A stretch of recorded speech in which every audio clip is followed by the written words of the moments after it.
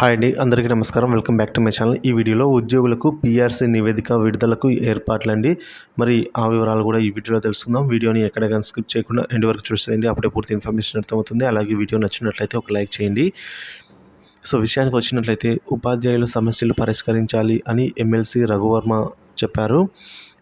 ఉపాధ్యాయుల సమస్యల పరిష్కారానికి కొత్త ప్రభుత్వం చర్యలు తీసుకోవాలని ఎమ్మెల్సీ పాకలపాటి రఘువర్మ కోరారు. విజయవాడలో నిర్వహించిన ఏపీ ఉపాధ్యాయ సమాఖ్య కార్యవర్గ సమావేశంలో ఆయన మాట్లాడుతూ పీఆర్సీ నివేదిక త్వరగా వచ్చేందుకు చర్యలు తీసుకోవాలని మెగా డిఎస్సి ప్రకటించాలని అన్నారు. అనంతరం అధ్యక్షురాలు చెన్నుపాటి మంజుల మాట్లాడారు. గత ప్రభుత్వం ఉద్యోగులను వేధింపులకు గురి చేసింది. ఉపాధ్యాయుల నియామకాలు చేపట్టకుండా బోధన భారం మోపింది. పాఠశాలల విలీనం ప్రక్రియతో ప్రాథమిక బడుల ఉసురు తీసింది.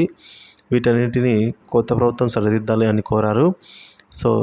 ఈ విధంగా సమావేశంలో పూర్వ ప్రధాన కార్యదర్శి పాండురంగ వరప్రసాదరావు కూడా పాల్గొనడం జరిగింది. మొత్తానికి వీరు చెప్పేది ఏంటంటే, త్వరితగతిన పీఆర్సీ నివేదిక వచ్చేందుకు చర్యలు తీసుకోవాలని అయితే కోరడం జరిగింది.